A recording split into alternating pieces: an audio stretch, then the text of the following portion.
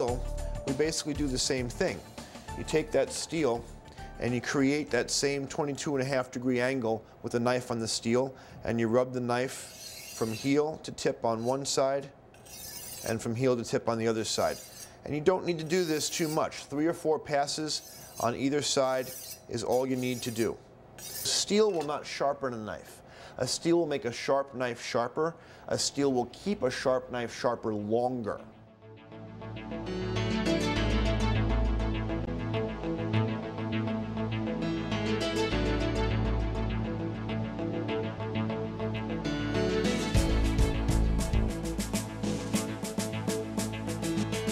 You want to have your vegetables that we're going to be cutting in one pan. You want to have an empty, clean pan for putting the vegetables after they're cut. You've got a nice cutting board, and underneath the cutting board you want to have a wet towel, and that will help keep your cutting board from sliding around. And then when you hold the knife, you want to put your thumb on the side of the blade here, your index finger on the side of the blade there, and then 3 fingers in the handle. That's the most comfortable stance. Many people try to put their index finger up on the top of the blade like that, and that becomes very tiresome after a while as this tendon along your arm just kind of stretches out of place. Having your fingertips curled under so that your knife can kind of ride along your index finger knuckle and move along the vegetable in such a way that things will get cut nice and even.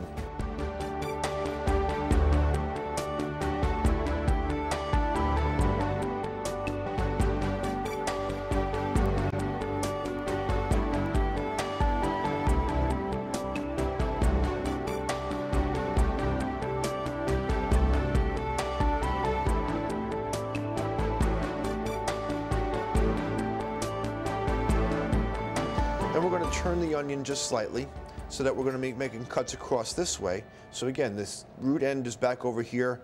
We're cutting down along with the grain, about the same thickness that you cut earlier.